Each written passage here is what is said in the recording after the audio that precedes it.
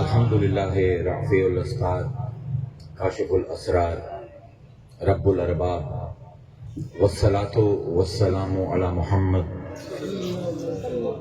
نور الانوار سید الابرار محبوبہ رب الغفار وعلی آلہ الطیبین والطاہرین واصحابہ المقربین المعظمین وأولیائہ العارفین الکاملین وامتہ مرحومین اجمعین سلم وعظم الی یوم الدین اما بعد فاعوذ باللہ من الشیطان الرجیم بسم اللہ الرحمن الرحیم قال اللہ تبارک و تعالی عز وجل فی محکم کتابہ المبین القرآن الحکیم بسم اللہ الرحمن الرحیم لا اقسم بهذا البلد وانت حل بهذا البلد وولد وما ولد صدق اللہ العظیم وصدق رسولہ النبی الکریم ونحن علی ذلک لمن الشاہدین والشاکرین والحمد للہ رب العالمین. سلام بہادر خیر و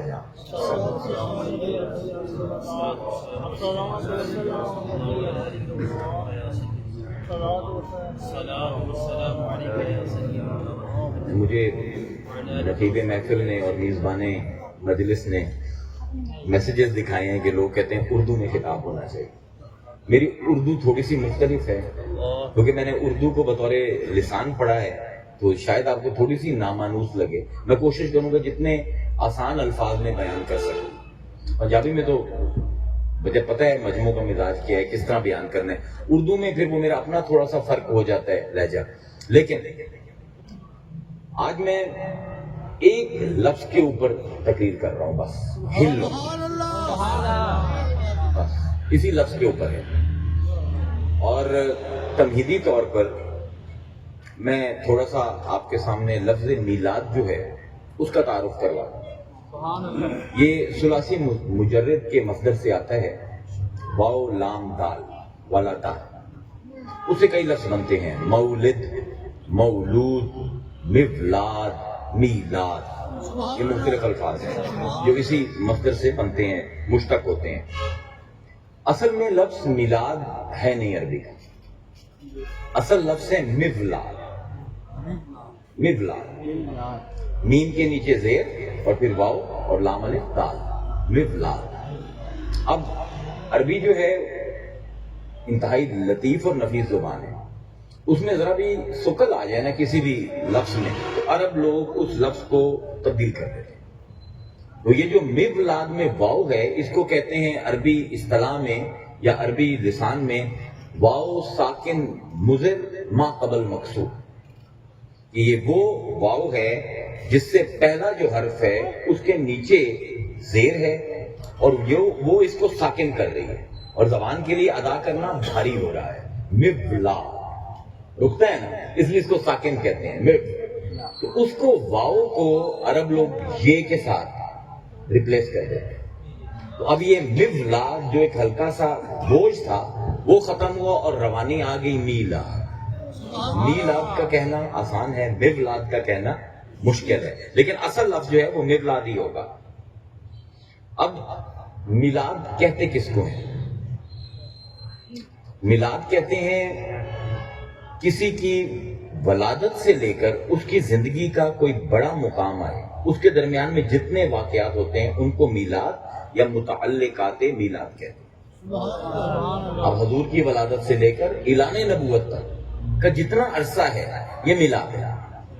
سب سے پہلے تو یہ سمجھیں کہ اس کو علمی اصطلاح میں کیا کہا جاتا ہے. اب عرب ملکوں میں جو اصطلاح مشہور ہے وہ ہے مولد النبی. مولد النبی. عرب لوگ میلاد نہیں کہتے لیکن ہم لوگ جو ہیں ہمارے یہاں پر زیادہ مروج ہو گیا میلاد النبی. تو دونوں لفظ کا مطلب ایک ہی ہے. اب یہ جو مادہ ہے واو لام دال ولدا یہ قرآن میں 93 دفعہ ہے. تو یہ ایک باقاعدہ باب ہے قرآن کا. یہ کوئی وہ چیز نہیں ہے کہ جس کو آپ قرآن میں اگنور کر سکیں. نماز کو کوئی انسان اگنور نہیں کر سکتا قرآن میں کیونکہ 2800 دفعہ اللہ تعالیٰ نے نماز کا ذکر کیا ہے. اسی طرح میلاد کو بھی آپ ایک سائڈ پر نہیں رکھ سکتے کیونکہ 93 دفعہ اللہ تعالیٰ نے اس مادے کو پورے قرآن میں استعمال کیا ہے۔ اب ویسے بھی ایک بات ہے کہ کون سا وہ ایمان والا ہوگا جس کا دعویٰ ہے کہ میں صاحب ایمان ہوں، جس کو نبی کی ولادت کی خوشی نہ ہو؟ ہر چیز کو چھوڑ کر، علماء کی بحثوں سے چھوڑ کر، آپ اس کو صرف ایک انسان کے طور پر دیکھیں۔ آپ کا بیٹا پیدا ہوتا ہے، آپ کو خوشی ہوتی ہے کیونکہ آپ کا اپنا ہے۔ آپ کے گھر بیٹی پیدا ہوئی، آپ کو خوشی ہوئی، آپ کی اپنی ہے۔ تو لگتا ہے یہ ان کے گھر پیدا نہیں ہو رہا کوئی جو خوشی نہیں ہو رہی۔ تو اس لیے یہ تو ایک انتہائی فطری سا عمل ہے، فطرت کا تقاضا ہے کہ جس سے پیار ہے، اگر وہ پیدا ہو گیا ہے، اگر وہ آپ کی نظر میں اہم ہے، تو اس کے اوپر آپ جشن بھی منائیں گے، آپ خوشی بھی منائیں گے۔ لیکن پھر وہ ایک بحث چل پڑتی ہے، میں اس بحث میں تو نہیں جاؤں گا کہ جی یہ بدعت ہے۔ تو اس کو بھی ذرا سمجھ لیں آج تھوڑا سا کہ ہاں جی بالکل میلاد بدعت ہے۔ ایک ہے دین اور ایک ہے لوازمات دین۔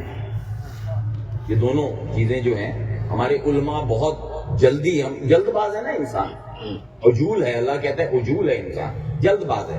جلد بازی میں ہم چیزوں کو بدعت کا لیبل کر کے اور ان کو سائڈ پہ کرنے کی کوشش کرتے ہیں۔ آپ کسی بھی مسجد میں چلے جائیں، جس بھی مکتبہ فکر کی ہو، آپ کو وہاں پر ایک گھڑی نظر آئے گی، اس کے اوپر لکھا ہوگا ظہر، مغرب، عشاء، فجر، ان کی ٹائمنگ لکھی ہوگی اور الارم لگے ہوں گے کہ جیسے ہی وہ ٹائم آیا اس نے بیپ بیپ کرنا شروع کر دی، مؤذن نے بٹن آن کیا اپنے ایمپلیفائر کا اور مائک کے اوپر کھڑا ہو کے اسپیکر کے ذریعے اذان دی۔ یہ گھڑی بھی بدعت ہے، یہ مائک بھی بدعت ہے، یہ جو بجلی آ رہی ہے یہ بھی بدعت ہے، اور وہ اسپیکر سے جو اللہ اکبر کی آواز آ رہی ہے وہ بھی بدعت ہے۔ حضور کے زمانے میں یہ کچھ بھی نہیں تھا، لیکن اسے کہتے ہیں لوازمات دین۔ اگر آج اونچے مینار پر بڑا لاؤڈ اسپیکر لگا کر اللہ اکبر نہ کہا جائے، آبادیاں بہت بڑھ گئیں، کئی کلومیٹر کے طول و عرض میں پھیلے ہوئے ہیں شہر۔ یہ مدینہ کا چھوٹا سا قصبہ نہیں ہے کہ جس میں ایک بلال اذان دے گا اور پورا مدینہ سن لے گا۔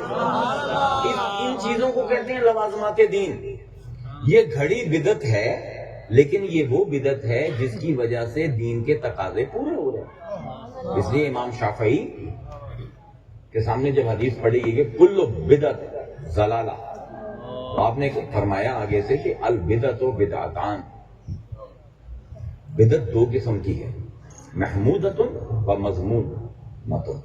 ایک وہ ہے جو کہ ہونی چاہیے، قابل تعریف ہے، اور ایک وہ ہے جس کی کنڈیمنیشن ہر کسی کو کرنی چاہیے، وہ ہم سب سمجھتے ہیں۔ اب میلاد کا تذکرہ کیوں ضروری ہے بطور معاشرہ مسلمانوں کے لیے؟ کیونکہ آقا رحمت للعالمین ہیں، تو اس رحمت کا جتنا تذکرہ ہوگا اتنا ہی امت کو، معاشرے کو فائدہ ہوگا۔ آج اگر ہم اپنے معاشرے کا جائزہ لیں تو جتنا اخلاقی، معاشرتی، سیاسی، سماجی رشتوں کا انحطاط ہمارے معاشرے میں ہے، جو گراوٹ آئی ہے، اس کی کیا بنیادی وجہ ہے؟ کہ اخلاق محمدی کا فقدان ہے امت میں، اور وہ فقدان تب تک رہے گا جب تک آپ رسول کا ذکر خیر نہیں کریں گے۔ رسول کی سیرت کا ذکر کرنا اس امت کے تمام مردوں کی دوا ہے۔ لیکن اب مسئلہ یہ ہے کہ وہ کہتے ہیں جی میلاد کو ایک سائڈ پہ کریں، 40 سال کے بعد کی حضور کی زندگی کا تذکرہ لوگوں کو بتائیں۔ یہ اسی طرح ہے کہ کوئی بچہ استاد کے پاس جائے میتھمیٹکس پڑھنے، اور استاد کہے کہ پہلی سے لے کر 10 تک جو عدد ہے یہ چھوڑ دو، ہم 11 سے شروع کرتے ہیں۔ تو جو اس بچے کے حساب کا عالم ہوگا وہی امت کا عالم ہوگا، کیونکہ سیرت شروع ہی میلاد سے ہو رہی ہے۔ آپ وہ پہلے 40 سال چھوڑ کے پورا ارتقاء مصطفیٰ صلی اللہ علیہ وآلہ وسلم کا چھوڑ کے آپ 41 سال کی عمر سے سیرت کو شروع نہیں کر سکتے۔ آپ کے لیے میلاد وہ خاصہ ہے۔ اور پھر ہم نے یہ میلاد کی جو محافل سجاتے ہیں، یہ ہم کیوں سجاتے ہیں؟ لیکن کوئی بھی عمل ہو اس کے پیچھے کوئی نہ کوئی محرک ہوتا ہے۔ محرک اس کو کہتے ہیں جو حرکت دے کسی چیز کو۔ آپ کوئی بھی عمل کریں اس کا کوئی نہ کوئی محرک ہوگا۔ آپ نوکری کرتے ہیں، محرک کیا ہے؟ پیسہ کمانا ہے، ضرورت ہے. آپ خواتین کے ساتھ گفت و شنید کرتے ہیں، کیوں کرتے ہیں؟ ٹیلی فون پہ. خواہش ہے، عورتوں کی صحبت اچھی لگتی ہے. ایسا ہی ہے نا. آپ سڑک پر جا رہے ہیں، کوئی آدمی ایک دم آپ کے سامنے گاڑی لے کر آئے، آپ اٹھ کے اس کو مار رہے ہیں، یہ بھی عمل ہے. اس کا محرک کیا ہے؟ جذبات. کبھی نظریات محرک بنتے ہیں، کبھی ضرورت محرک بنتی ہے، کبھی خواہش محرک بنتی ہے، کبھی جذبات محرک بنتے ہیں. لیکن ہر ایک عمل کے پیچھے کوئی نہ کوئی محرک ہونا چاہیے. انما الاعمال بالنیات. عملوں کا دار و مدار نیت ہے، اور نیت کے محرک کئی سارے ہیں. ضرورت ہے، جذبات ہیں، نظریات ہیں، عقائد ہیں، آپ کے خواہشات ہیں. یہ سارے محرکات ہیں جو آپ کو کسی نہ کسی عمل پر مجبور کرتے ہیں. لیکن ہماری جو تربیت جدید فلسفے نے کی ہے نا پچھلے 200 سال میں، وہ یہ ہے کہ ہر عمل کے پیچھے محرک میری ہی ذات ہے. میں یہ جدید دور کا المیہ ہے کہ ہر عمل کے پیچھے محرک میری ذات ہے. مجھے کیا ملے گا؟ 10 مہینوں کی لبڑ ہے. ہماری اصل پرابلم یہ ہے کہ ہمارے ہر وقت اجر، ثواب، انعام، یہ جو بار بار ہر عمل کے پیچھے یہ محرک انسان لاتا ہے نا، یہ انسان کو اخلاقی طور پر تباہ کر دیتا ہے. انسان کوئی صحیح کام صحیح سمجھ کر کرتا ہی نہیں ہے. اس میں اپنی ذات کا فائدہ دیکھتا ہے تو کرتا ہے، اور وہ ظاہر آدمی. اب یہ جتنے بھی محرکات ہیں، اگر آپ ان کا تجزیہ تحلیل کرتے جائیں تو 2 محرکات کی قسمیں موٹی موٹی آپ کے سامنے آئیں گی. ایک ہے مجبوری اور ایک ہے مسروری. یہ میری تقریر کی بنیاد ہے. آپ کو یہ سمجھنا پڑے گا کہ کچھ کام انسان مجبوراً کرتا ہے اور کچھ کام مسروراً کرتا ہے. کچھ محرک مجبوری کے ہوتے ہیں اور کچھ محرک مسروری کے ہوتے ہیں. کوئی صبح بچہ اسکول اٹھ کر کیوں جاتا ہے؟ اپنی خوشی کے لیے نہیں، مجبوری ہے. علم حاصل کرنا ہے، نوکری ملنی ہے. مزدور گرمی میں اینٹیں کیوں اٹھاتے ہیں؟ اس کو مزہ آ رہا ہے؟ بالکل مزہ نہیں آ رہا، مجبوری ہے، پیٹ پالنا ہے. تو انسان کچھ عمل کرتا ہے مجبوراً اپنے پیٹ پالنے کے لیے، کسی بھی محرک کے لیے، اور کچھ عمل ہے جو انسان اپنی خوشی کے لیے کرتا ہے. ان کو محرکات مسرور کہتے ہیں.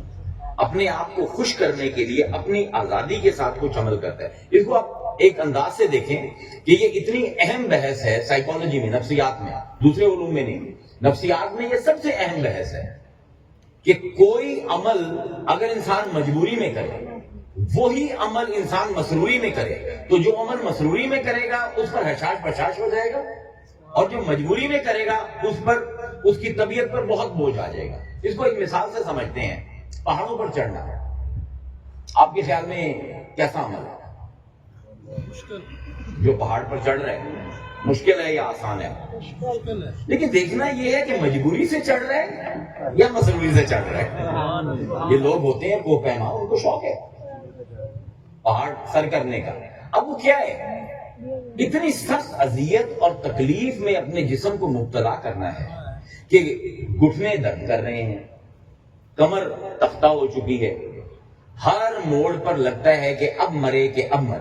ہزاروں فٹ نیچے کھائیاں ہیں اور وہ چھوٹے چھوٹے پل ہیں، ان کے اوپر سے وہ چل رہا ہے، بس ہوا تیز چلی تو نیچے گیا. ہر موڑ پر خطرہ ہے، ہر موڑ پر موت آوازیں دے رہی ہے. لیکن آپ نے کبھی کسی کو پیمان کے چہرے کو دیکھے؟ پسینے سے شرابور ہے، دل تیز تیز دھڑک رہا ہے، تھکن ہے، لیکن کیا خوشی کا احساس. کیا وجہ؟ عمل تو بہت سخت ہے، بہت مشقت ہے، بہت خطرناک کام ہے، پرخطر کام ہے. کیا چیز اس کو خوشی کر رہی ہے؟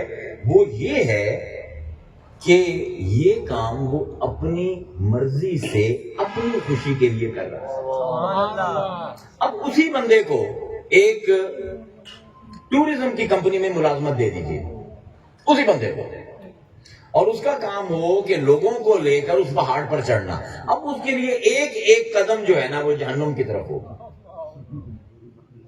اب مجبوری آ گئی پیٹ پالنے کے لیے. وہی کام جو اس کو خوشی دے رہا تھا, اس کا جذبہ بڑھا رہا تھا, ہر قدم پر اس کو لگتا تھا میں کوئی نئی منزل پا رہا ہوں, اب ہر قدم اس کو اپنی موت نظر آئے گا. کیوں؟ کیونکہ پہلے وہ کام مسرورن کر رہا تھا اور اب وہ کام مجبورن کر رہا ہے. سمجھ آئی؟ اب عمل ایک ہی ہے, انسان ایک ہے, لیکن اگر محرک فرق ہے. اگر محرک مجبوری بنے وہ کام بوجھ بن گیا, اگر محرک مسرور ہونا بنا ہے وہی کام جو ہے وہ انسان کی طبیعت کو بھی حشاش بشاش کر رہا ہے.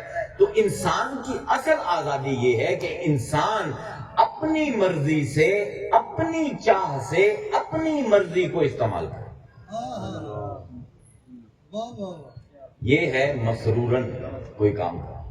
اللہ نے مجھے جو آزادی دی ہے میں اس آزادی کا اس کام کو کرنے کے لیے صرف کروں اس آزادی کو کہ جو کام مجھے خوشی دے. لیکن مسئلہ یہ ہے کہ انسان اتنا عقل مند نہیں, اکثر یہ وہ کام کرتا ہے جو اس کے لیے نقصان دہ ہے. تو اب آزادی کا یہ مطلب نہیں ہے کہ آپ نشے پر لگ جائیں. ہر چیز کے دو پہلو ہیں نا. ہر چیز اب علم نفسیات سے ہم اخلاقیات کی طرف جا رہے ہیں. اگر ایک آدمی یہ سمجھتا ہے کہ کسی کو چھرا مار کے میرا دل بڑا خوش ہوگا تو اس کو اجازت دے دیں, نہیں دے سکتے. اس لیے علم الاخلاق میں 3 بنیادی ہیں اسلامی علم الاخلاق, کہ کوئی بھی عمل اپنے سرور کے لیے مسرورن اگر آپ کرتے ہو اس کے اندر 3 چیزوں کا ہونا ضروری ہے. ایک یہ کہ وہ عمل حق ہو, پہلا حق ہونا چاہیے.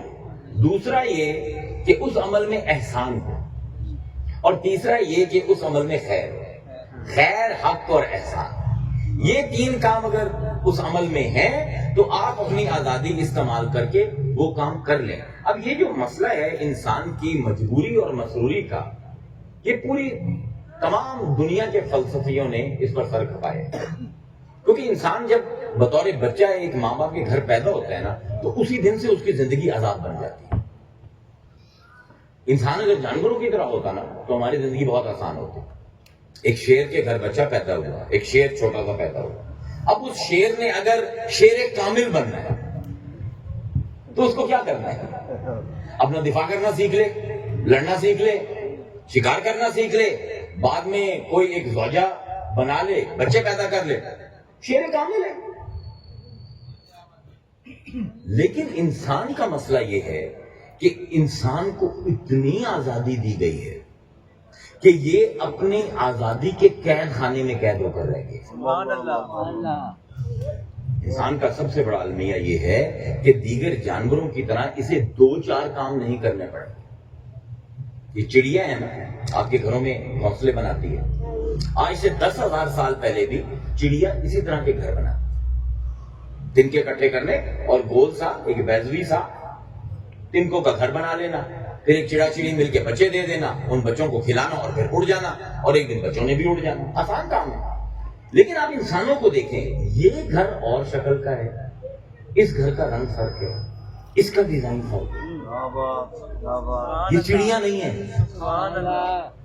جانوروں میں وہ ارتقاء کا, ترقی کا وہ تصور نہیں ہے جو انسان میں پایا جائے. تو ایک انسان کامل بننے کے لیے آپ کا صرف رزق روزی کمانا اور اس میں مہارت حاصل کرنا کافی ہے. ایک اچھے طرز تعمیر کا گھر بنا لینا, ایک خوبصورت سی لڑکی سے شادی کر لینا, بچے پیدا کر لینا, یہ کافی نہیں ہے. کیونکہ انسان کا دائرہ اختیار بہت زیادہ ہے. جو جانور ہے نا یہ اپنی شریعت سے ایک لمحہ بھی منہ نہیں اٹھا سکتا. شیر کی شریعت میں اللہ نے لکھ دیا گوشت کھائے گا, گوشت ہی کھائے گا, ٹماٹر نہیں کھائے گا. بکری کی شریعت میں لکھ دیا کہ گھاس چرے گی, وہ گھاس ہی چرے گی, گوشت نہیں کھائے گی. اللہ تعالیٰ نے شیر کی شریعت میں لکھ دیا کہ بہادری سے حملہ کرے گا, ڈرے گا نہیں. اور گیدڑ کی شریعت میں لکھ دیا ہر چیز سے ڈرے گا. ایسا ہی ہے نا. اب گیدڑ کبھی شیر کی طرح بہادری نہیں دکھائے گا, اور شیر کبھی گیدڑ کی طرح بزدلی نہیں دکھائے گا.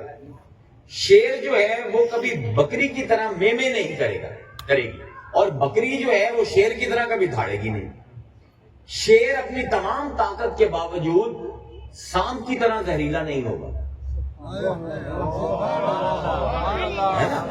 شریعت ہے جانوروں، آپ انسانوں کی شریعت پڑھتے ہیں، آئیے آج جانوروں کی شریعت کا درس ہے۔ شیر اپنی تمام طاقت کے باوجود زہریلا نہیں ہوگا، اور سانپ اپنے تمام زہر کے باوجود شیر کی طرح جست کر کے حملہ نہیں کر سکتا۔ لیکن انسان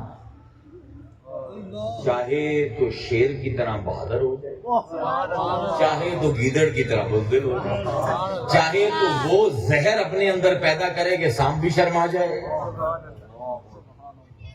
اور چاہے کہ وہ میں کرے کہ بکری کو اپنی میں بھول جائے۔ اب کیونکہ دائرہ اتنا وسیع ہے، آزاد اتنا کر دیا گیا انسان کو، تو اب انسان کے لیے مسئلہ یہ ہے کہ کرے تو کیا کرے، مجبوراً کرے یا مسروراً کرے۔ جانوروں کی شریعت میں صرف مجبوری ہے، کوئی مسروری نہیں ہے۔ انسان کی واحد شریعت ہے جس میں انسان اپنے آپ کو مجبور بھی کر سکتا ہے، اپنے آپ کو مسرور بھی کر سکتا ہے، چاہے تو ایک لمحے کے اندر وہ جو یزید کی طرف سے لڑا تھا حسین کی طرف سے شہید ہو سکتا ہے۔ یہ انسان کی مسروری کا اور مجبوری کا ایسا امتحان پروردگار نے ڈال دیا ہے کہ اب انسان کو سمجھ نہیں آتا کیا کرے، اپنی آزادی کا استعمال کرے یا اختیار کسی کے ہاتھ میں سونپ دے۔ شریعت کہتی ہے دونوں کام ساتھ کرو۔ اور دیکھیں اب آپ کو پتہ رہے گا اللہ کا دین کیا کمال کی چیز ہے۔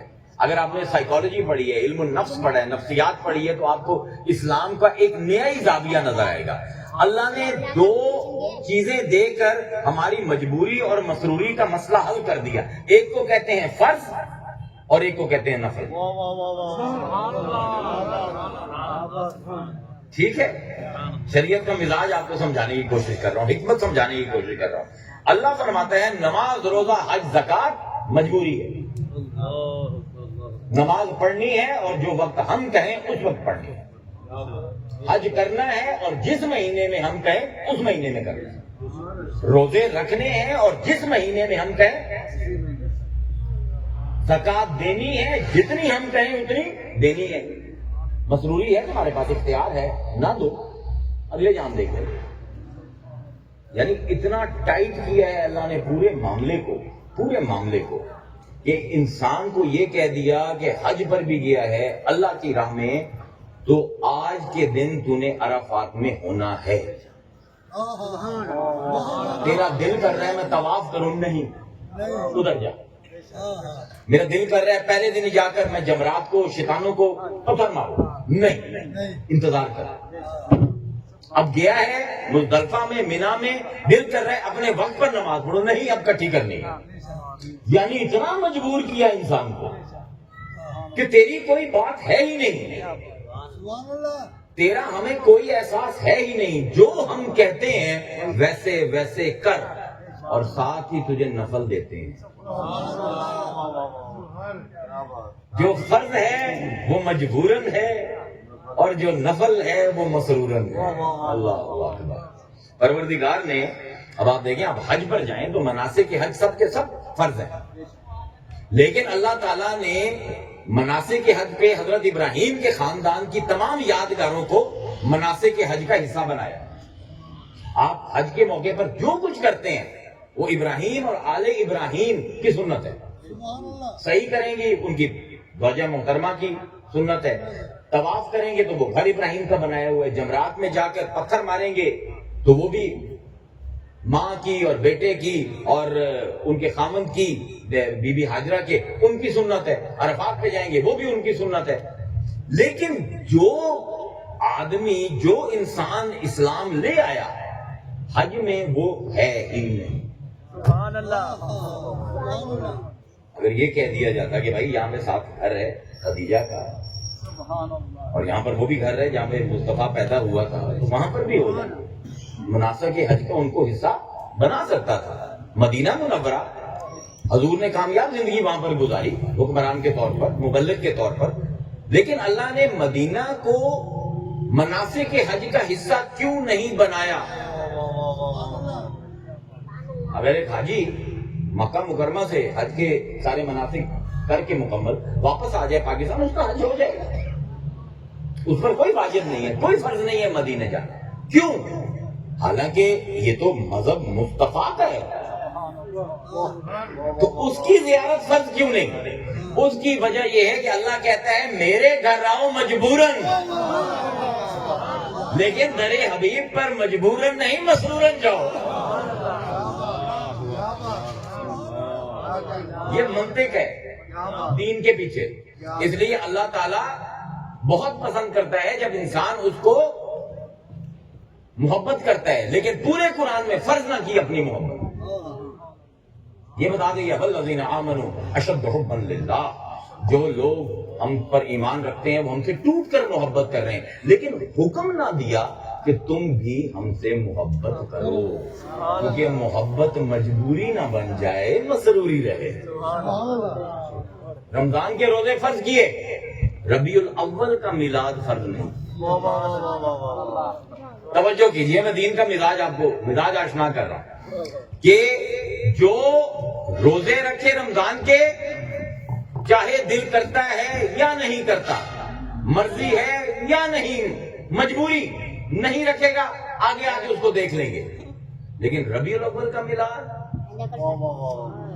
کرنا ہے تو مسروراً کرو، مجبوراً نہ کرو.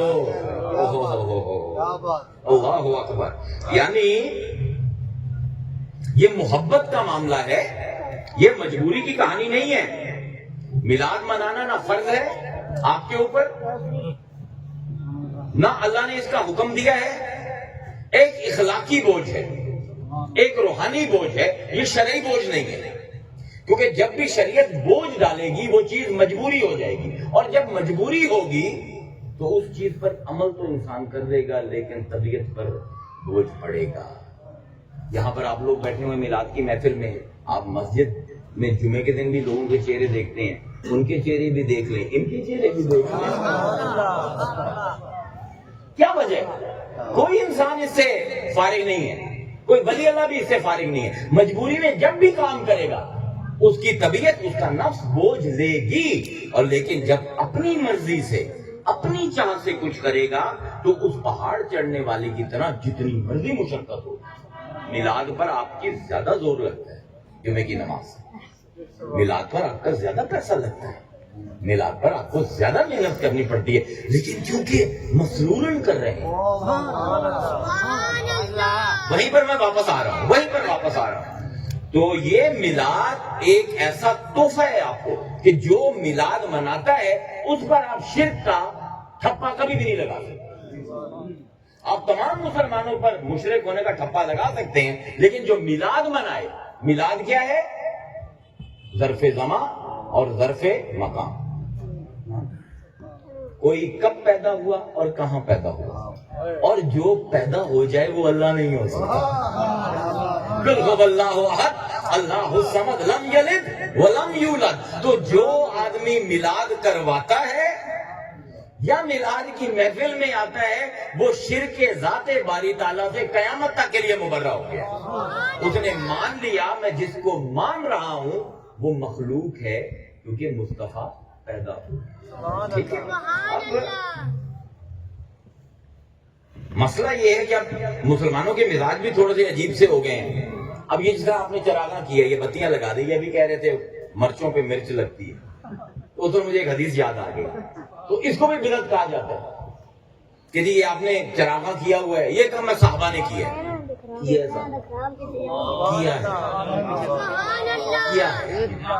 آپ نے حدیثیں پوری نہیں پڑھی.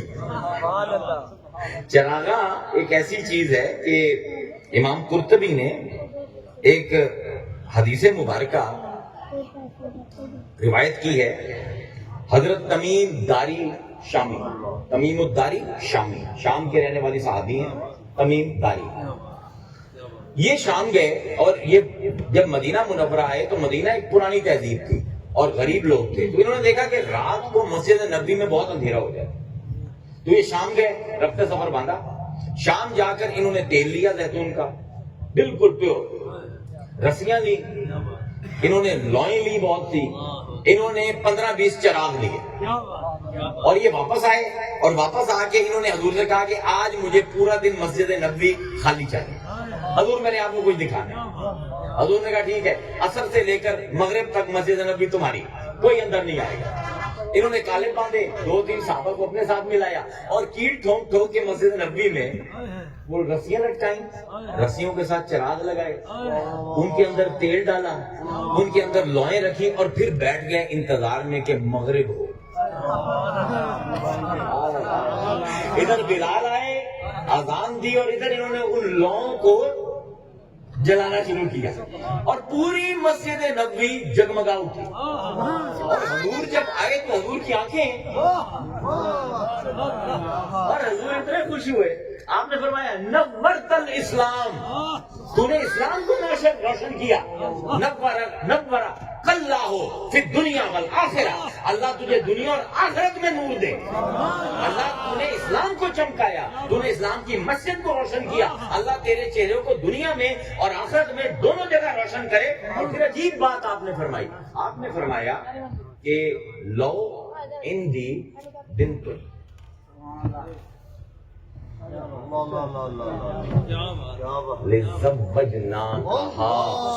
اگر یہاں پر کوئی لڑکی ہوتی نا تو میرا دل کرتا ہے میں تیری شادی اس کے ساتھ کر دوں۔ تو یہ کہنا کہ جی یہ بدعت ہے اور چراغاں جو ہے وہ یہ ہے۔ وہاں پر ایک صحابی موجود تھے، نوفل بن حارث، انہوں نے کہا یا رسول اللہ میری بیٹی جوان ہے اور میں نے کسی سے رشتہ نہیں کیا، اگر آپ کی اجازت ہو تو اس نور والے کو دے دو۔ ان کا نام ہی نور والا مشہور ہو گیا چراغاں کرنے پر۔ اب سب سے پہلے میلاد پر جب آپ بات کرتے ہیں نا تو آپ کو سب سے پہلے مسلمانوں کا ایک بہت بڑا مسئلہ یہ ہے کہ مسلمان سہل پسندی میں، جلد بازی میں قرآن کی طرف توجہ نہیں کرتے۔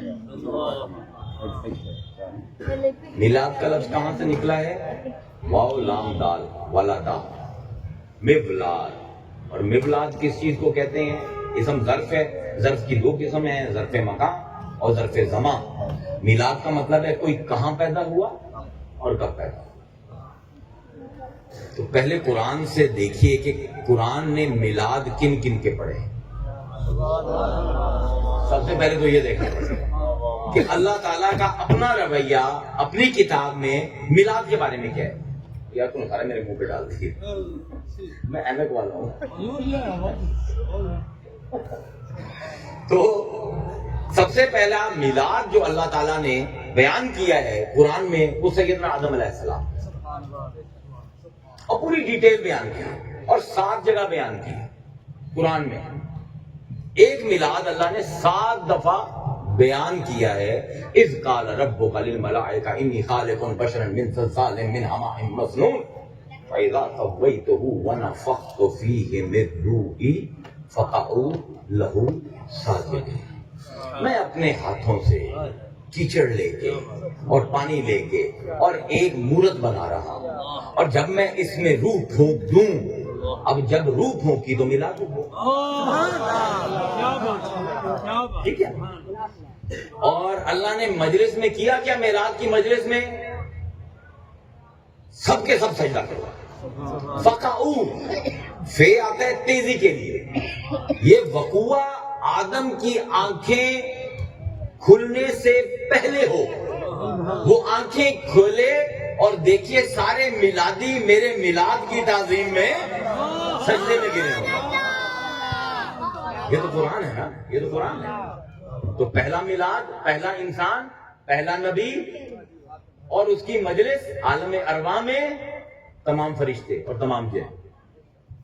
اور فسجد الملائکہ کلہم اجمعون الا ابلیس ابا واستکبر وکان من الکافرین۔ ابا، انکار کیا ابلیس نے، اور وہ متکبر ہوا، میں ایک مخلوق کے میلاد پر سجدہ کروں؟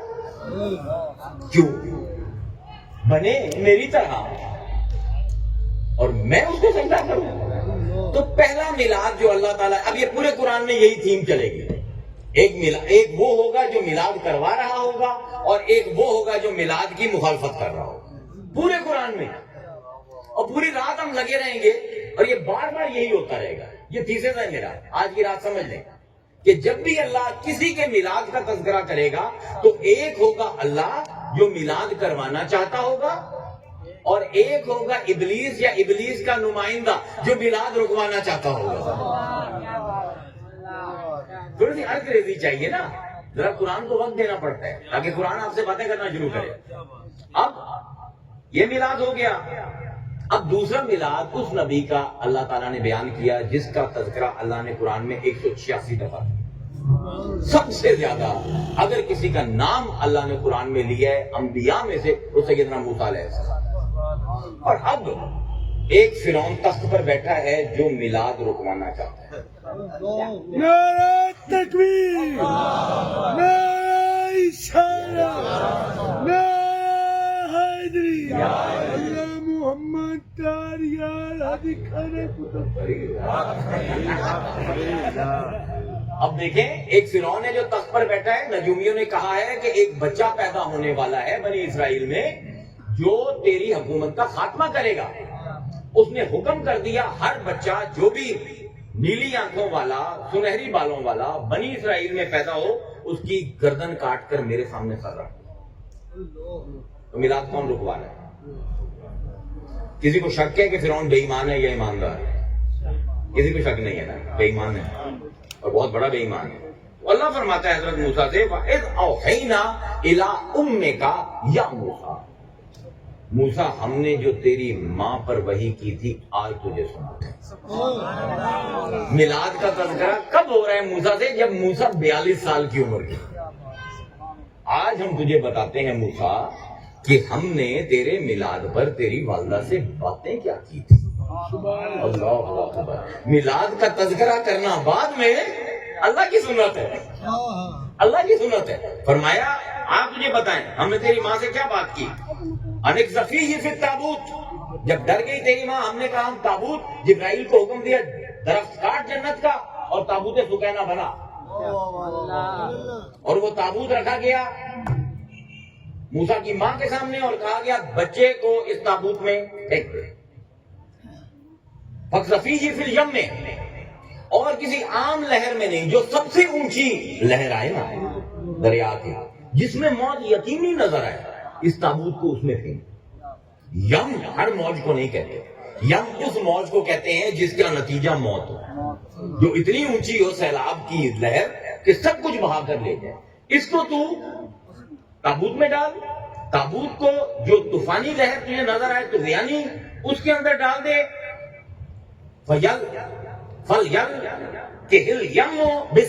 اور وہ لہر اس کو لمبی ہم لہر اس لیے کریں گے کہ فرعون کے محل تک پہنچا دے. اللہ اکبر. ذرا میلاد دیکھیے, میلاد دیکھیے. اور یہ اس کو ساحل تک پہنچا دے گا. یا خذوہ, اور اس کو وہ پکڑے گا, اس کی گود میں یہ جائے گا. عدو لی و عدو لہ, جو ہمارا بھی دشمن ہے اور یہ جو پیدا ہونے والا ہے اس کا بھی دشمن ہے. اللہ نے فرمایا میلاد روکتا ہے میرے نبی کا, میں اس کی گود میں اسی نبی کو پلوا دوں گا.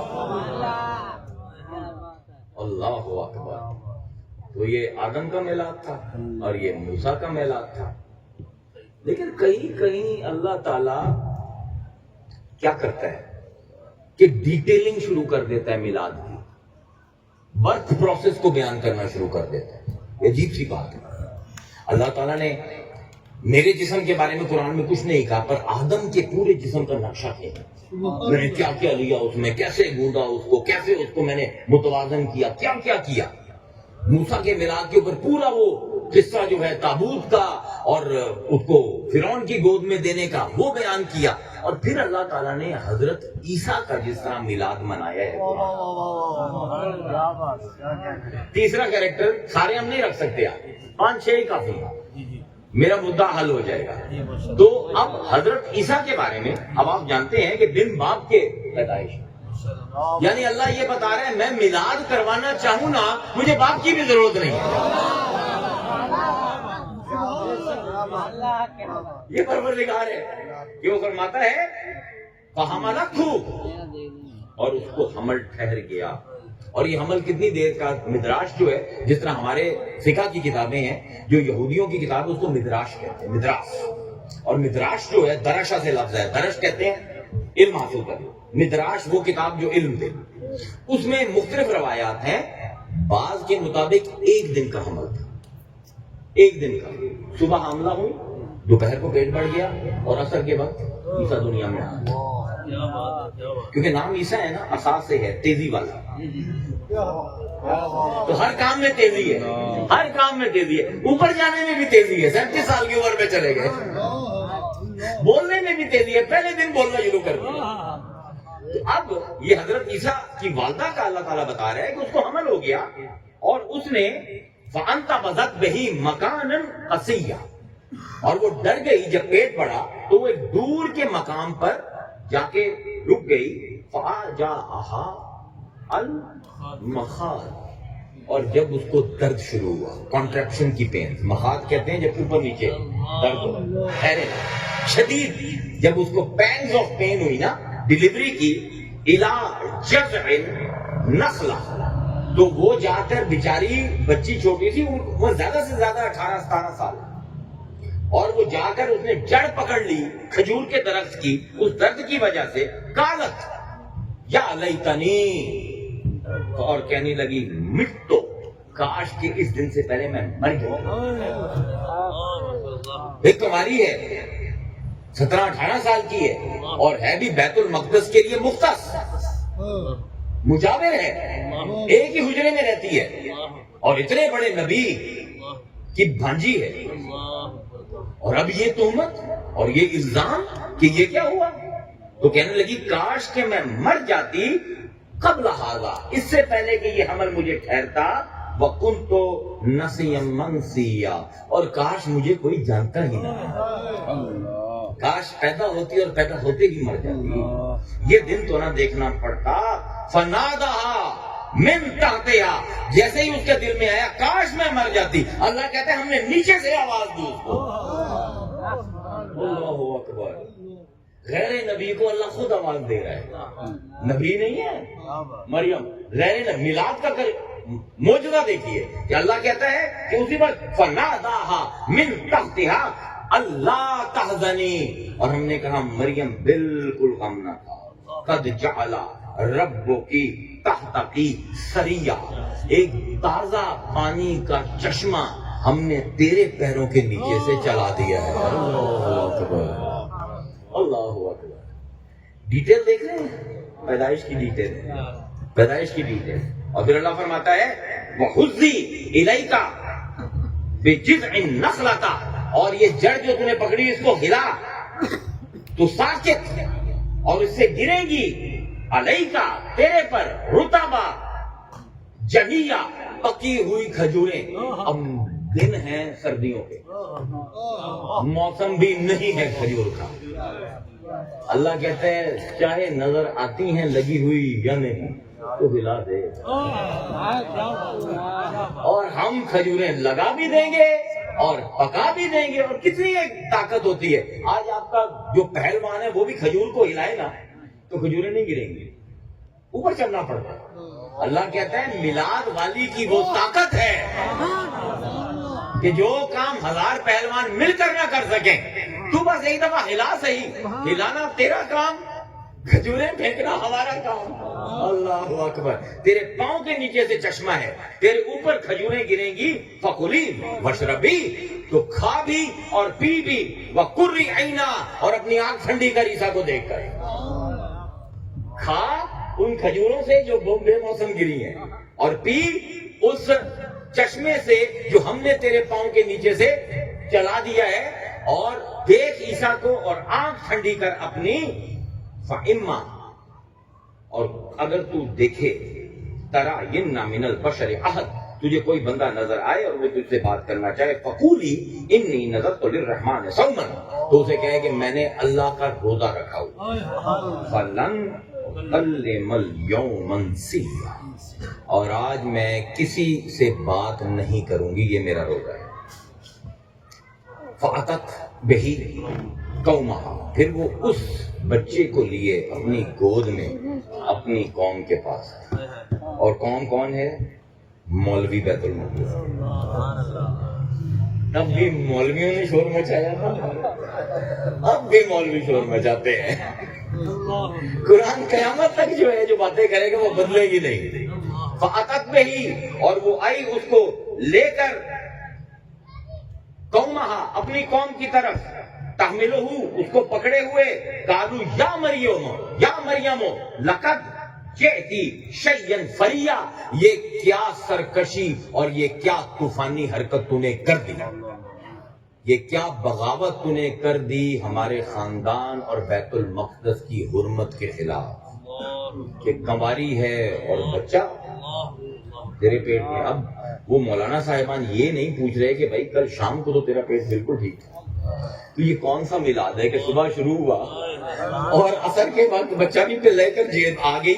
مطلب جب علماء نے کچھ چیزوں کو نظر انداز کرنا ہونا، جس طرح میلاد کا پورا باب ہی نظر انداز ہو گیا. سوال ہو رہے ہیں میلاد منانا درست ہے یا نہیں، اور قرآن منائی جا رہا ہے میلاد، منائی جا رہا ہے میلاد، منائی جا رہا ہے میلاد. اب کہا کہ یہ تو نے کیا سرکشی کا طوفان برپا کر دیا، اور کہنے لگے یا اخت ہارون، اے ہارون کی بہن. ہارون تمثیل ہے، یہ آپ کو اب مدراش پڑھنی پڑے گی. ہارون جس طرح کسی ہم کہتے ہیں نا کہ یار انہیں جی میں غوث الاعظم ہو گئے، کہتے ہیں نا یار یہ تو اس طرح ہے جس طرح کوئی فرشتہ ہو. تو ہارون ایک اسم تھا.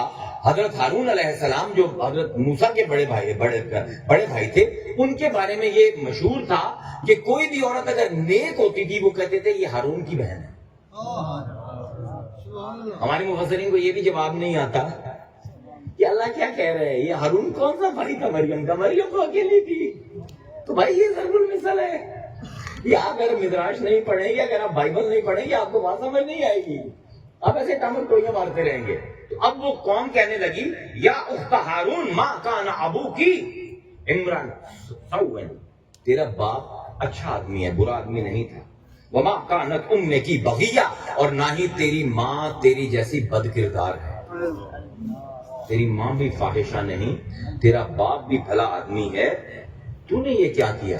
فاشارت الیہ، کوئی جواب نہیں دیا. ارے اب کیا نقطہ ہے یہاں؟ قربان جائے اللہ کے کلام. میلاد کے اوپر کیا دلیل اللہ نے کہا کی؟ فاشارت الیہ، اس نے اس کی طرف اشارت الیہ، اس نے اس کی طرف اشارہ کیا. مجھ سے نہ پوچھو، اس بچے سے پوچھو.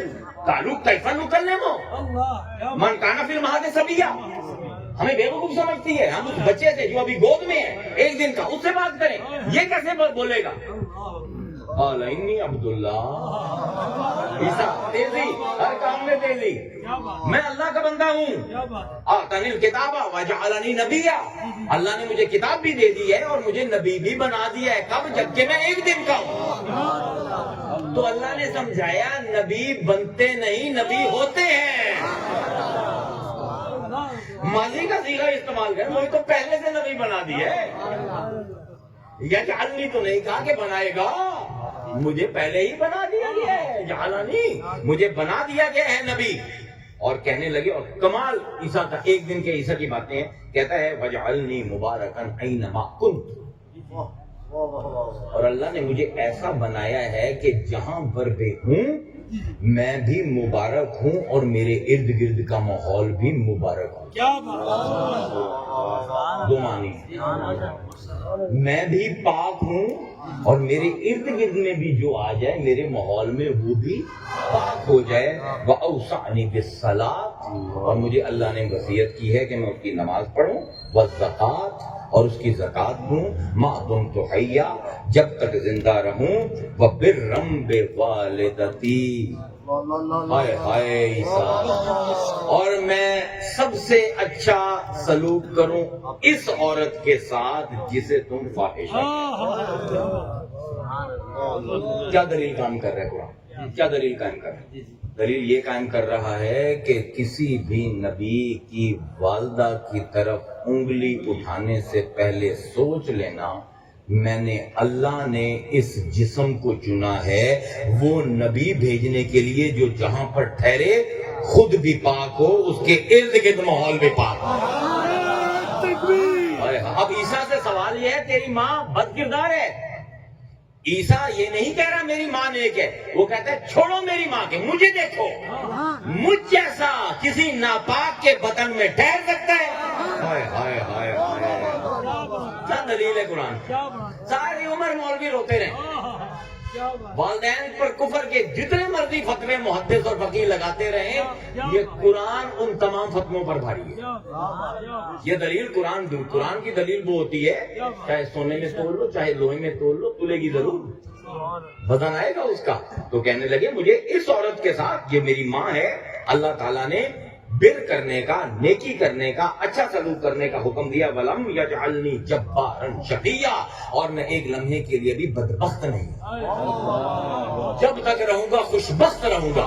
یعنی اگر میں بدبخت ہوتا تو فاحشہ کی پیٹ سے پیدا ہوتا، کیونکہ میں خوشبخت ہوں تو جس کے پیٹ میں رہا وہ بھی پاک تھی اور میں بھی پاک ہوں۔ اور کیا عیسیٰ والسلام علیہ یوم ولدت، اور اب عیسیٰ نے میلاد پڑھا، میں پیچھے کیوں رہ جاؤں؟ والسلام علیہ یوم ولدت، اور سلام ہے اس دن پر جس دن میں پیدا ہوا، سلام ہے میلاد پر عیسیٰ کی، اور کون کر رہا ہے؟ خود عیسیٰ۔ اگر آپ کو اس میں مزہ آیا تو اگلے پر آپ کو اس سے زیادہ مزہ آئے گا۔ یہی عیسیٰ کا خالہ زاد یحییٰ، اس کا میلاد بھی پڑھ دیا اللہ نے، اور عجیب انداز میں پڑھا ہے۔ اللہ نے فرماتا ہے وَكَفَّى لَهَا زَكَرِيَّا، اور ہم نے اس مریم کو، جس کا ابھی واقعہ بیان کیا، اس کو ہم نے کفالت میں دیا زکریا کی۔ کس نے دیا؟ اللہ نے۔ اللہ نے کفیل بنایا زکریا کو، جو کہ خالو ہیں بی بی مریم کے، ان کی کفالت میں کلما دخل علیہ زکریا المحراب، کلما، یہ فائدہ دے رہا ہے کہ جب بھی، یہ ایک دفعہ واقعہ نہیں ہوا، بار بار جب بھی حضرت زکریا اس محراب میں، کیونکہ ایک چھوٹا سا حجرہ تھا مشرق کی سمت بیت المقدس میں، اور چھوٹا سا کمرہ دے رکھا تھا بی بی مریم کو، اور بی بی مریم نے اس کمرے کے اندر ایک پردہ لٹکا رکھا تھا۔ وہ کہتی تھی کہ مجھے شرم آتی ہے کہ اس کمرے میں اللہ کی عبادت کروں جہاں سوتی ہوں، تو بستر کو پردے کے پیچھے کیا ہوا تھا اور باقی اس کو اپنا عبادت خانہ بنایا ہوا تھا۔ کیا نفیس طبیعت ہے اس عورت کی۔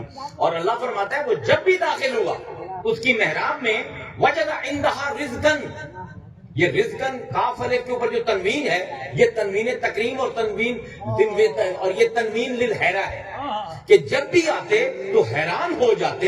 ایک یہ کہ وہاں پر فروٹ پڑا ہے، اور دوسرا بے موسمہ ہے، انگور پڑے ہیں، انگور کا موسم نہیں، انار پڑے ہیں، انار کا موسم نہیں، کھجوریں پڑی ہیں، کھجور کا موسم نہیں۔ اور وہ جب بھی داخل ہوتے حیران ہو جاتے۔ قال یا مریم، اے مریم، انا لکی ھذا، یہ تیرے لیے کون لاتا ہے؟ تیرا کفیل تو میں ہوں، میں باہر سے تالا بھر کر جاتا ہوں، نہ کوئی کھڑکی ہے، نہ کوئی ایک روشن دان ہے چھوٹا سا، کون تیرے لیے یہ فروٹ لے کر آتا ہے؟ قالت هو من عند اللہ، عیسیٰ نے کہا تھا انا عبد اللہ، یہ کہتی ہوا من عند اللہ۔ اللہ اکبر۔ ولیوں کی بھی وہیں ڈور اڑی ہوتی ہے جہاں نبیوں کی اڑی ہوتی ہے۔ ہوا من عند اللہ، یہ میرے اللہ کی طرف سے آتا ہے۔ ان اللہ یرزق من یشاء بغیر حساب، اور اللہ جسے چاہے بے حساب دے۔ ہنالک دعا زکریا ربہ، اور وہیں کھڑے ہو کر اسی وقت یحییٰ کو سمجھ آ گیا ہے اس پر بے موسم پھل آتے ہیں، میرا اولاد کا موسم بھی چلا گیا، میری عمر 72 سال ہو گئی، اولاد نہیں ملی، اگر اس کو بے موسم کے پھل آتے ہیں تو ہو سکتا ہے اللہ بے موسم کا بیٹا دے دے۔ میرے مولا، کیا کمال ہے۔ ہنالک دعا زکریا ربہ قال رب ھب لی من لدنک ذریۃ، مجھے ایک نیک بیٹا عطا کر، وہب کر، تحفہ دے، طیبۃ، اور وہ پاک ہو، انکا سمیع الدعاء، بے شک تو دعائیں قبول کرتا ہے، سنتا ہے۔ فنادتہ الملائکۃ وہو قائم یصلی فی المحراب، اور ابھی وہ محراب میں کھڑا ہی تھا، اسی وقت فوراً فے آتا ہے تیزی کے لیے، فوراً فنادته الملائکۃ وهو قائم یصلی فی المحراب، ابھی محراب میں کھڑا ہی تھا کہ فرشتوں نے آواز دی ان اللہ یبشرک بیحییٰ، اللہ تجھے خوشخبری دیتا ہے تیرا یحییٰ ہوگا تیرے پیٹ سے، اور وہ کیا ہوگا؟ مصدقا بکلمات من اللہ، اور جو اللہ کی طرف سے کلمے اترتے ہیں یہ ان کی تصدیق کرے گا۔ کلمہ کون سا اترا ہے؟ عیسیٰ، تصدیق کرے گا یحییٰ، اللہ اکبر، سیدن، اور یہ ہوگا بھی سردار، وہ حصورا، عورتوں سے دور رہے گا، عورتوں کے قریب نہیں آئے گا، نبیًا، اور نبی ہوگا، من الصالحین، نیک نبیوں میں سے۔ قال رب انا یکون لی غلام وقد بلغنی الکبر، پروردگار میرے ہاں بچہ کیسے پیدا ہوگا، میں تو بوڑھا ہو گیا، وامرأتی عاقر، اور میری بیوی بانجھ ہو گئی، وہ بھی بوڑھیا میں بھی بوڑھا۔ قال کذالک اللہ یفعل ما یشاء، اللہ جب میلاد منانے پر آئے تو کوئی ہے اس کو روکنے والا؟ کہہ رہے ہیں ہوگا تو ہوگا۔ تو یہ کہانیاں قرآن کی ختم ہی نہیں ہوں گی، اور تو اور اللہ نے ولیوں کے میلاد پڑھ دیا، نبیوں پہ چھوڑے، اللہ نے قرآن میں اولیاء کے میلاد پڑھ دیے۔ یہی مریم نبی نہیں ہے، اس کی والدہ نے، مریم بی بی کی والدہ نے منت مانی کہ جب میرا بیٹا ہوگا، حاملہ تھا، پروردگار میں اس کو تیرے عبادت گاہ میں بیت المقدس میں عبادت کے لیے مختص کر، اس کو میں وہب کر دوں گی، نظر کر دوں گی۔ اور اللہ فرماتا ہے کہ وہ فلما وضعتها، جب اس کا حمل نکل آیا، وضع ہو گیا، وضع کہتے ہیں بوجھ اوپر سے اتار کر نیچے رکھنا، جب بچہ اس میں سے نکل گیا، قالت رب انی وضعتها انثى، پروردگار میں نے تو منت مانی تھی بیٹا ہوگا، تیرے مسجد میں اس کو بھیج دوں گی، اے پروردگار میری تو بیٹی ہو گئی، واللہ اعلم بما وضعت، اللہ فرماتا ہے تو نہیں جانتی کیا پیدا ہوا، میں جانتا ہوں کیا پیدا ہوا، لیس الذکر کالانثی، کوئی بیٹا اس بیٹی کے برابر ہے ہی نہیں۔ اب یہ بیٹی کا میلاد اللہ پڑھ رہا ہے، لیس الذکر کالانثی، اس بیٹی جیسا کوئی اور بیٹا ہے ہی نہیں، ولیس الذکر کالانثی وانی سمیتہ مریم وانی اعیذها بک وذریتها من الشیطان الرجیم، انہوں نے کہا یہ بیٹی اور اس سے جو پیدا ہو وہ میں سارے تیرے ہاں سپرد کرتی ہوں، شیطان کی پناہ، شیطان کو ان سے دور رکھنا۔ حضور کی حدیث مبارکہ ہے، صحیح مسلم کی، آپ نے فرمایا کائنات میں اللہ نے جتنے بھی انسان بنائے ہر کے ساتھ ایک شیطان پیدا کیا سوائے دو کے۔ پوچھا وہ کون ہے؟ فرمایا ایک مریم اور ایک اس کا بیٹا، شیطان ہی نہیں ہے۔ اللہ اکبر، کیونکہ انہوں نے یہاں پہ اللہ نے کہا تھا کہ تجھے شیطان سے ہم نے پناہ دے دی، انہوں نے دے دیا تھا۔ اب اسی مریم کی حجرے میں کھڑے ہو کر حضرت یحییٰ کی بشارت ملی ہے مریم کے خالو کو، اور خالی بشارت نہیں ملی بلکہ ساتھ آواز آ رہی ہے وَسَلَامٌ عَلَيْهِ يَوْمَ وُلِدَ، یحییٰ سلام ہے اللہ کا اس دن پر جس دن تو پیدا ہوا۔ تو میلاد پر سلام بھیجنا عیسیٰ کی سنت اور اللہ کی سنت، یہ قرآن ہے، میں تو کوئی حدیث کا سہارا نہیں لے رہا، قرآن پر چل رہا ہوں۔ اب یہ کیسے ہو سکتا ہے؟ اللہ آدم کا میلاد منائے قرآن میں، اللہ موسیٰ کا میلاد منائے قرآن میں، اللہ تعالیٰ مریم کا میلاد منائے، اللہ یحییٰ کا میلاد منائے، اللہ محمد کا میلاد نہ منائے؟ کبھی کبھی چیزیں بالکل سامنے ہوتی ہیں۔ اور یہ دیکھیں کتنی دیر ہوگی مجھے بولتے ہوئے، تقریباً گھنٹے میں میں نے صرف تمہید مقرر کی، صرف تمہید، اور اب میں آپ کو تحفہ دینے لگا آج کی رات کا، اس میلاد کا تحفہ۔ کہاں ہے میلاد محمد؟ ان 3 آیتوں میں جو میں نے بیان کی۔ میلاد کیا ہے؟ ظرف مکان اور ظرف زمان۔ ظرف مکان کیا ہے؟ کوئی کہاں پیدا ہوا۔ ظرف زمان کیا ہے؟ کوئی کب پیدا ہوا۔ لا اقسم بہذا البلد، میں کیوں نہ قسم کھاؤں یہ لام قسم کا ہے، میں ضرور قسم کھاؤں گا اس شہر کی، لا اقسم بہذا البلد، میں ضرور قسم کھاؤں گا اس شہر کی، وَأَنْتَ حِلٌّ بِهَذَا الْبَلَدِ، کیونکہ جس شہر میں تو آزاد پیروں سے چلتا حلم، حلم کس کو کہتے ہیں عربی؟ اسی سے لفظ حل سے نکلتا ہے حلال، حرمہ سے نکلتا ہے حرام، حلال و حرام۔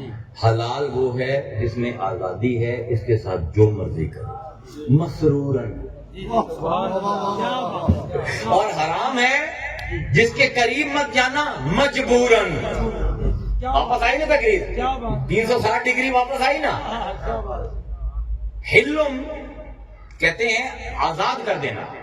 اب اب یہ ہے نا، جس طرح آپ حرم کعبہ ہے، ہم اس کو کہتے ہیں مسجد الحرام، اور اس کے ارد گرد کی زمین کو کہتے ہیں ارض حل۔ کیوں کہتے ہیں؟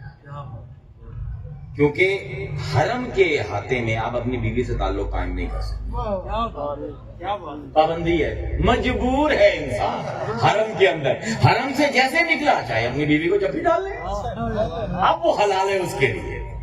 میں یہ آپ کو ذرا سمجھانا چاہ رہا ہوں کہ اللہ کہنا کیا چاہ رہا ہے۔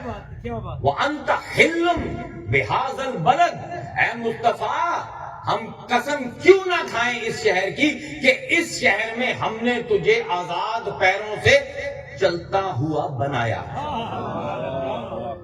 اب مسئلہ یہ ہے کہ جس معاشرے میں حضور پیدا ہوئے ہیں اس معاشرے میں کاغذ نہیں، اور بہت کم لوگ پڑھے لکھے ہیں۔ پورے مکہ میں غالباً 17-18 لوگ ہیں جو لکھ سکتے ہیں۔ اب اس معاشرے میں ڈاکومنٹیشن نہیں ہے تو کیسے پتہ لگے گا حضور کب پیدا ہوئے؟ ظرف مکان تو ہو گیا، لا اقسم بہذا البلد، مکہ میں پیدا کیا تھا، قسم کھاتے ہیں، یاد رہے قوم کو، لیکن تو کب پیدا ہوا اس جاہل معاشرے کو کیسے یاد رہے؟ ہمارا اپنا معاشرہ لے لیں، آج سے 30 سال پیچھے چلے جائیں، میرے والد کو میری والدہ کو کوئی پتہ نہیں تھا کہ وہ کب پیدا ہوئے، بالکل نہیں پتا تھا۔ بلکہ ہمارے جو بزرگ ہوتے تھے نا، میں ان سے پوچھا تھا یار تم کب پیدا ہوئے، تو وہ ان میں سے کوئی ایک آدھا کہتا تھا اور یہ سال روٹیاں پہیاں ہیں نا، اور ساتھ جمع آنسو۔ یعنی جب 14 اگست 1947 کو جو واقعات ہوئے تھے، لوٹیاں لوٹا گیا تھا جب سکھوں اور ہندوؤں کو اور وہاں پر مسلمانوں کو، جب کوئی جاہل معاشروں میں بڑا واقعہ ہوتا ہے نا تو اس کے ارد گرد کے واقعات جو ہیں وہ یاد رہتے ہیں، وہ بھولتے نہیں کبھی۔ تو اللہ کیا کر رہا ہے؟ ظرف زمان کیسے قائم کر رہا ہے؟ عربوں کو کہاں پر یاد رہنا تھا؟ یہ آپ نے جتنی یہ ڈیٹ آف برتھ آپ نے حضرت بی بی فاطمہ کی، حضرت علی کی، یہ ساری بوگس خود بنی ہوئی ہیں۔ حضور کی ڈیٹ آف برتھ بھی نہیں پتا، 12 ربیع الاول ہے، وہ کہتا ہے 17 ربیع الاول ہے، کیونکہ ڈاکومنٹیشن نہیں ہے۔ لیکن اللہ نے ایک عجیب سا انتظام کیا۔ وہ کیا کیا کہ جس طرح ہمارے یہاں پر لوگوں کو لوٹیاں، اب جس طرح یہ سیلاب آیا ہے نا، تو اگر یہ جاہل معاشرہ ہوتا نا، آج سے 10 سال بعد کہتے ہیں یار یہ ادھر پانی بڑا آیا ہے، یہ ادھر نکال لے۔ اللہ نے کیا کیا؟ اللہ نے ایک ایسا واقعہ کر دیا جو عربوں نے کبھی سوچا بھی نہیں تھا۔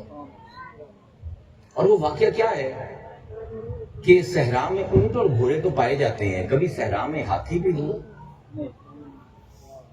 أَلَمْ تَرَ كَيْفَ فَعَلَ رَبُّكَ بِأَصْحَابِ الْفِيلِ أَلَمْ يَجْعَلْ كَيْدَهُمْ فِي تَضْلِيلٍ وَأَرْسَلَ عَلَيْهِمْ طَيْرًا أَبَابِيلَ تَرْمِيهِمْ بِحِجَارَةٍ مِّن سِجِّيلٍ فَجَعَلَهُمْ كَعَصْفٍ مَّأْكُولٍ۔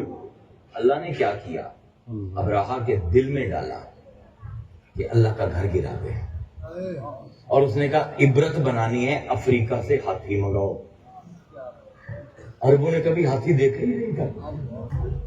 اللہ کہتا کہ میں بھلسو میرے محبوب دی پیدا ہے، میں تھوڑے نالوں کرن لگیا جو دیکھا تو ہوئے نہیں۔ افریقہ سے ہاتھی یمن آئے، اور یمن سے وہ 15-20 ہاتھی ابراہا لے کر خانہ کعبہ پہنچا، اور اللہ نے کہا کہ یاد رکھو گے مصطفیٰ کا میلاد؟ اس دن کے 50 یا زیادہ سے زیادہ 60 دن بعد حضور پیدا ہوئے۔ یہ پرانی عرب شاعری میں حضرت عبد المطلب کے جو آپ کو اشعار ملیں گے اس میں یہی ہے کہ 2 مہینے عام الفیل میں اس واقعے کے 2 مہینے بعد پیدا ہوا، کیونکہ اس جاہل معاشرے میں اور کوئی طریقہ نہیں ہے ظرف زمان کو کنٹرول کرنے کا۔ تو اللہ نے کہا میں ان کو وہ شوق دوں گا کہ یہ ساری عمر یاد رکھیں گے کہ دیکھ رہے ہیں بدو اور قریشی سردار، صحرا ہے، ریت ہے، 10,000 کی فوج ہے ابرہا کی، اور سامنے ایک جن کا جن ہاتھی کھڑا ہوا ہے خانہ کعبہ کے ساتھ۔ الم تر کیف فعل ربک باصحاب الفیل، کیا تم نے نہیں دیکھا اے محمد کہ ہم نے ہاتھی والوں کے ساتھ کیا کیا؟ کیوں؟ تاکہ یہ کبھی نہ بھولیں، اور اگر کوئی کسر رہ گئی وَأَرْسَلَ عَلَيْهِمْ طَيْرًا أَبَابِيلَ، ہم نے پرندے بھیجے ابابیل۔ ابابیل ایک فارمیشن کو کہتے ہیں، پرندے جب اڑتے ہیں نا ہوا میں ایک فارمیشن میں اڑتے ہیں، یوں اور یوں، یوں اور یوں۔ تو یہ جھنڈ کے جھنڈ کروڑوں پرندے ہیں چھوٹے چھوٹے، اور یہ فارمیشن کے اندر جس طرح ڈرون آتے ہیں، یہ اللہ کے ڈرون ہیں، اور ترمیہم بحجارۃ من سجیل، جس طرح گھڑا بنا کر اس کو توڑا جائے تو اس کا جو ٹھیکرا نکلے گا اس کو سجیل اس کو کہتے ہیں۔ اب وہ دیے گئے ان کے پنجوں میں، ایک اس پرندے کے دائیں پنجے میں اور ایک بائیں میں۔ دائیں پرندے میں جو تھا اس میں نام لکھا ہوا ہے فوجی، اور جو بائیں پنجے میں اس میں لکھا ہوا ہے ہاتھی کو مارنا ہے، گھوڑے کو مارنا ہے یا کھچر کو۔ اللہ نے فرمایا بھول کے دکھاؤ میلاد مصطفیٰ دا تھوڑی ایسی تھی تیسی۔ اور اب وہ جب پرندے آئے اور جب مار دیے سارا قاسم معقول، سارے بھوسے کی طرح کھائے ہوئے، بھوسے کی طرح جس طرح جانور چر گئے ہوں، سارے تباہ ہو گئے، تو بعد میں قریشی حیران ہوئے کہ ہاتھی کے سر سے جو کنکر نکل رہا ہے اس پر لکھا ہوا ہے فیل، جو گھوڑے کے سر سے نکل رہا ہے اس پر لکھا ہوا ہے فرس، اور جو انسان اور فوجی کے سر سے نکل رہا ہے وہاں پر بھی اس کا نام لکھا ہوا ہے۔ تو اللہ نے کیا کیا یہ؟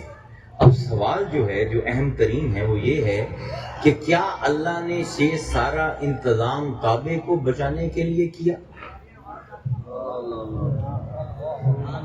یہ وہی کعبہ نہیں، یہ طوفان نوح میں غرق ہو گیا اور اس کا نام و نشان بھی مٹ گیا، تو پہلے نہیں بچایا تو اب کیوں بچا رہے؟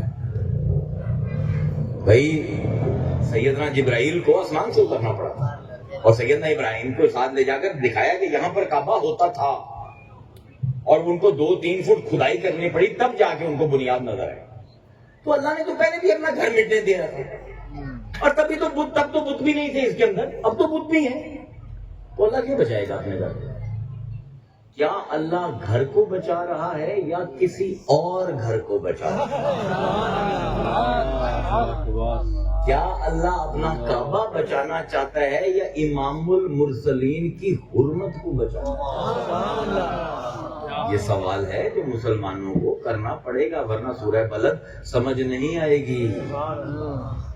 بھائی کعبہ تو پہلے بھی مٹا، کوئی پرواہ نہیں ہوئی، لیکن اب کچھ ایسا ہو رہا ہے کعبے میں بت شکن آ رہا ہے، ماں کے پیٹ میں ہے، 8 مہینے 7 مہینے ہو چکے ہیں، اور اگر ابراہا آئے گا اور مکہ کو فتح کرے گا تو تمام عورتیں کیا بن جائیں گی؟ لونڈیاں،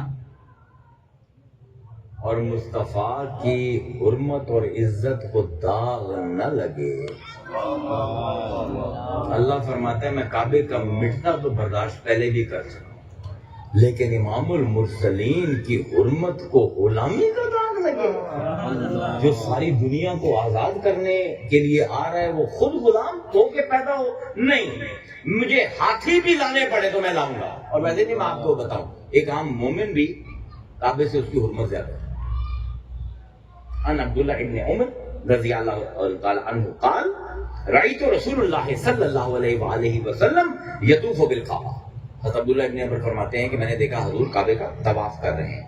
وَيَقُولُ اور کہہ رہے ہیں مَا أَطْيَبَكِ وَأَطْيَبَ رِيحَكِ، کیا کمال کا ہے تو، کیا خود شاندار ہے تو، اور کیا شاندار خوشبو ہے تیری.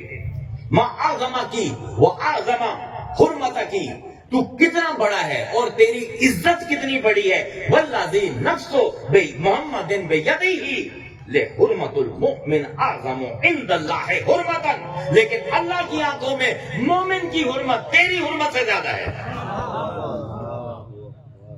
اب داغ لگے گا مصطفیٰ کی حرمت کو جو امام المومنین ہے.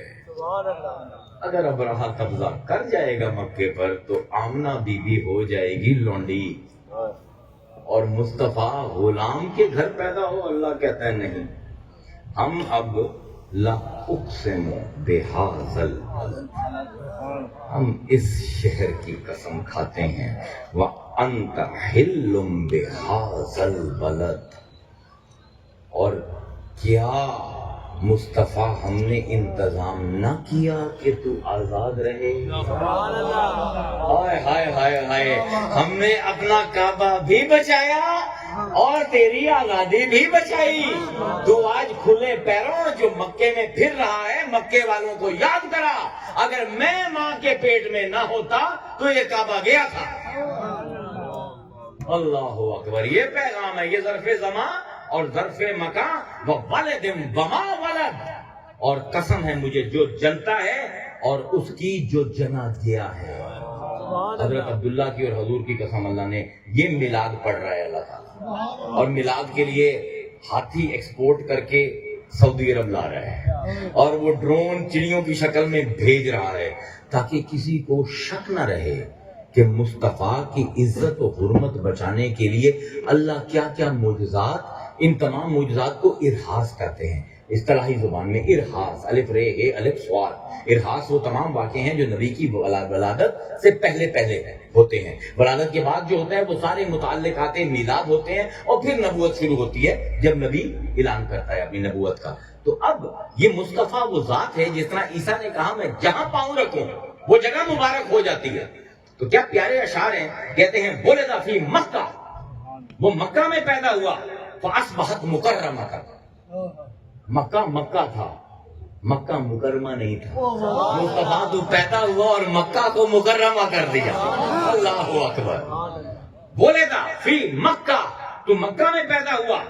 فاصبحت مکرمۃ، اور اس کو تو نے مکرم کر دی ہے. وعاش فی المدینہ، اور پھر تو نے رہائش اختیار کی مدینہ میں. فاصبحت منورۃ، مدینہ مدینہ تھا لیکن اب مدینہ منورہ ہو گیا. تو کہتا ہے اے میرے محبوب دخل قلوبنا، داخل ہو جا ہمارے دلوں میں. فاصبحت مطہرۃ، اور ہمارے دلوں کو پاک کر دے، کیونکہ جس طرح عیسیٰ کہتا ہے میں جہاں ہوں ہر چیز پاک ہو جاتی ہے. مصطفیٰ اگر تو ہمارے دلوں میں آ گیا تو ہم بھی پاک ہو جائیں گے. تو یہ ایک تعریف تھی. اور اب میں اپنا ایک پرسنل واقعہ آپ کے سامنے. میں کوئی کمپوزر نہیں ہوں، نہ کوئی شاعر ہوں اتنا، لیکن کبھی کبھی ایک جوش آ جاتا ہے. میں ایک دن کئی سال پہلے مدینہ منورہ بیٹھا ہوا تھا، اور جہاں پر وہ چبوترا ہے اصحاب صفا کا، وہاں پر بیٹھا ہوا تھا. تو کسی نے یہ نعت شریف میرے ہاتھ میں پکڑا، پتہ نہیں کون تھا، اور میں نے وہاں پر اس کی کمپوزیشن کی سامنے حضور کے روزے کے. میں نے ابھی تقریر جو کی ہے کہ اتنی عشق میں ڈوبی ہوئی مسروری کی تقریر تھی، تو میں نے کہا کوئی انتہائی پرسنل سی چیز آپ کے ساتھ شیئر کی. یہ میں نے پہلے آج سے 8-10 سال پہلے 1-2 دفعہ کہیں مجموعے میں پڑھی تھی، پھر میں نے نہیں پڑھی. آج مجھے یاد آیا، میں نے کہا یار یہاں پر یہ بنتی ہے. تو یہ نعت شریف کے چند اشعار اور پھر اجازت. امید ہے آپ کا شعور میں کوئی نئی چیزیں آئی ہوں. میلاد قرآن میں کیا ہے، اللہ نبیوں کے میلاد مناتا کیسے ہے، پھر ان کا ذکر کیسے کرتا ہے. اپنے مصطفیٰ کے میلاد کے اوپر پوری صورت اللہ نے، یہ پوری صورت حضور کے میلاد پر آئی ہے، اس کے ظرف مکان اور ظرف زمان کو سمجھانے کے لیے ہمیں. اور جب یہ بات سمجھ آتی ہے تو اصحاب صفا کے چبوترے کے اوپر بیٹھ کر سامنے حضور کی جالیاں تھیں، اور میری آنکھوں سے آنسو تھے اور ہچکیاں تھیں، اور ساتھ ساتھ یہ طرز نکل رہی تھی کہ کیا یا رسول اللہ، جب بھی میری ہو سنگے در تمہارا یا رسول اللہ، جبھی میری ہو سنگے در تمہارا یا رسول اللہ، یہی ہے ایک جینے کا سہارا یا رسول اللہ، جبھی میری ہو سنگے در تمہارا یا رسول اللہ، تم ہی ہو بے سہاروں کا سہارا یا رسول اللہ، تم ہی ہو بے سہاروں کا سہارا یا رسول اللہ، تمہیں کو میرے دکھی دل نے پکارا یا رسول اللہ، دکھا دو اپنا چہرہ پیارا پیارا یا رسول اللہ، دکھا دو اپنا چہرہ پیارا پیارا یا رسول اللہ، خدا کا جیتے جی کر لوں نظارہ یا رسول اللہ، شہنشاہ ملک جنوں بشر اولیاء اللہ، شہنشاہ ملک جنوں بشر اولیاء اللہ، سبھی کا تیرے ٹکڑوں پر گزارا یا رسول اللہ، زمانہ چھوٹ جائے خلق روٹ جائے تو مجھے کیا غم، زمانہ روٹ جائے خلق چھوٹ جائے تو مجھے کیا غم، نہ چھوٹے ہاتھ سے دامن تمہارا یا رسول اللہ، ندامت ہے خطاؤں پر مگر نازاں ہوں قسمت پر، ندامت ہے خطاؤں پر مگر نازاں ہوں قسمت پر، کہ میرے ہاتھ میں ہے دامن تمہارا یا رسول اللہ، کہ میرے ہاتھ